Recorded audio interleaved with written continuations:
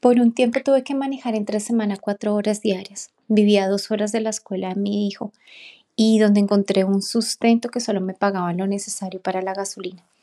Mi rutina empezaba a las 5 de la mañana. Salíamos de casa con mi hijo a las 6:30 y obviamente él no iba feliz, siempre sollozando. Lo dejaba pasada a las 8 y allí me iba a mi lugar cercano a orar porque entraba a trabajar hasta las 2 de la tarde. Como no tenía un sustento económico seguro y suficiente, empecé a hacer una lista papá de mis necesidades básicas y las de mi hijo. Hacía cuentas, pero con lo que ganaba no lograba cubrir los gastos. Me inscribí en la escuela gratis de adultos para aprender inglés. Las clases empezaban a las 9:30, así que tenía tiempo suficiente entre después de las 8 y las 9:20 para estar con Dios. Y es que cuando empezamos a entregar nuestra agenda a Dios y nos tomamos en serio el tiempo de sanación, Él es quien maneja ahora nuestro tiempo y suceden cosas para que logremos trabajar en Él. En mi caso, sin un permiso de trabajo, siendo mamá soltera, sin el idioma y a 2 horas de donde vivía, el panorama no era muy alentador para ver un milagro financiero. Mientras estudié logré hacerme una amiga que no tenía carro. Hicimos un trato financiero. Ella me daba para la gasolina, si la recogía y la llevaba a su casa. Y así ella podía ahorrarse tiempo y no tomar el bus. Para mí estuvo perfecto porque quedaba a 7 minutos del camino de la escuela de mi hijo y de la mía, obviamente. No significaba un gasto adicional, pero sí una entrada con la que podía pagarle a mi hijo un almuerzo esporádicamente. Finalmente, donde come uno, comen dos, pero para nosotros era todo un banquete. A veces podía comprar algo para preparar en casa y empacar para el día siguiente, pero donde trabajaba no había donde calentar y en algunas ocasiones comíamos frío o se nos dañaba la comida, pero como pudimos nos alimentamos. Recorrí lugares y me encontré con bancos de alimentos. Creo que es una de las más grandes bendiciones que pueden existir en este estado. Dios nos bendijo con esto. Hicimos fila y nos regalaban mercado a veces de cajas de una misma cosa, pero éramos felices recibiendo y repartiendo lo que nos sobraba. No podíamos escoger, pero yo podía ver en medio de tanto la bendición, el maná y el sustento diario. En medio de todo esto y en mis tiempos con papá, él me hablaba de gozo. Muchas veces le dije que yo no sabía qué era eso, que yo había experimentado tiempos cortos de alegría y felicidad, pero que porque me pedía algo en lo cual no podía gozarme. Muchas veces lloré amargamente porque el papá de mi hijo vivía a 5 minutos de la escuela. Le pedí que se quedara un tiempo con él mientras yo lograba conseguir algo, pero él se negó por múltiples razones. Mi hijo no recibía ningún tipo de sustento de parte de él y eso fue también lo que tuve que trabajar en mis duelos, en mis sillas de perdón, el renunciar y dejar a Dios ser Dios para enfocarme en mi hijo y en mí. Tuve que pasar tanto para madurar en Dios y poner mi confianza en Dios y no en los hombres. Soltar para ver sus milagros.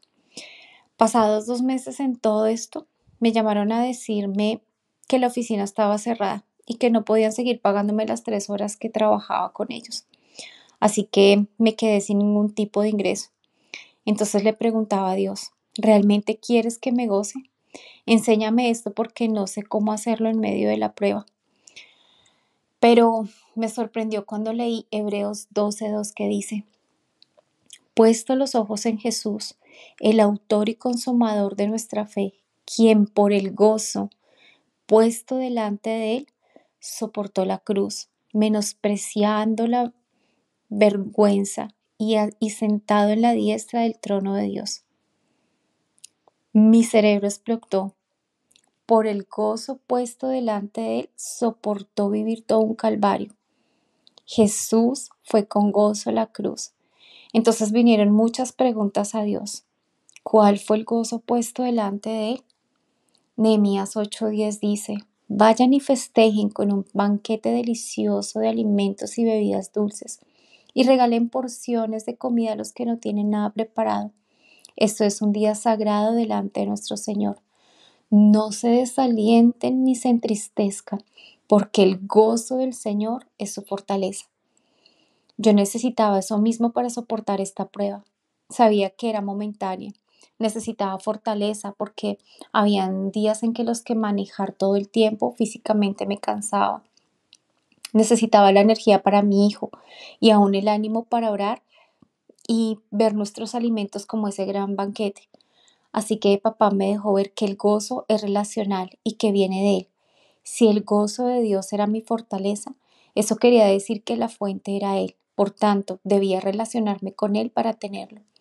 Cuando tenemos esos tiempos con él, se convierten en nuestro refugio. Nuestro valor no está en lo que dice el mundo que necesitamos para ser aceptados o valorados. Se trata de sentarnos a la mesa como hijos y no como mendigos para alimentarnos de él. Yo me encontré en la condición de autodesprecio cuando en medio de tanto me vi sin una carrera en este país, sin el idioma, sin un permiso de trabajo. Me sentí siendo nadie y sin un valor alguno. En mi país, entre comillas, tenía algún valor por mi profesión, por una empresa. El autodesprecio es cuando pienso que tengo poco o ningún valor. No puedo encontrar algo acerca de mí que sea especial o valioso. Incluso a veces me pregunto qué sentido tiene seguir viviendo. Pero por el contrario, el amor propio es cuando he podido recibir el perdón y el amor de Dios para mi vida.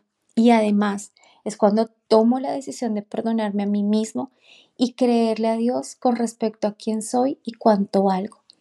Jesús cuando fue a la cruz sabía quién era, sabía que su prueba era pasajera, sabía que Dios le había dado el poder para vencer la muerte y esta verdad, el saber quién era en Dios, le permitió levantarse de la muerte. Cuando sabemos quiénes somos en Dios, esto nos permite ver que todo lo que vivimos es pasajero y que en Cristo somos más que vencedores.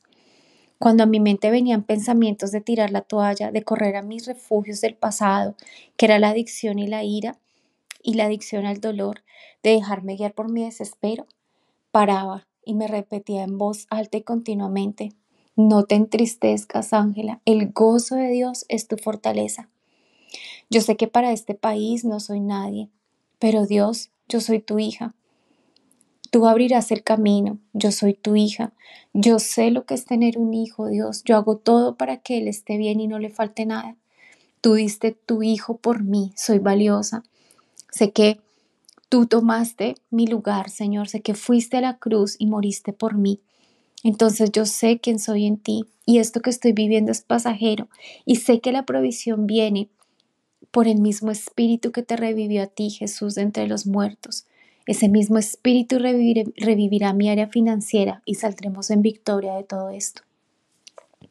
Para Dios, el valor no está en lo que tenemos o conseguimos, simplemente valemos, simplemente y solamente por ser sus hijos. Para antes de invierno, alguien me llamó para decirme que fuera a verlo para ofrecerme algo. Solo le preocupó mi permiso de trabajo. Sus palabras fueron: no sé por qué, no suelo hacer esto, pero algo me dice que te ayude. Yo sabía que era el Espíritu Santo, el mismo que había revivido a Jesús. ¿Quién más que Él para hacer ese milagro? Para esto necesitaba el inglés, tener un conocimiento básico de las normas de aquí y tener el tiempo suficiente para aprender.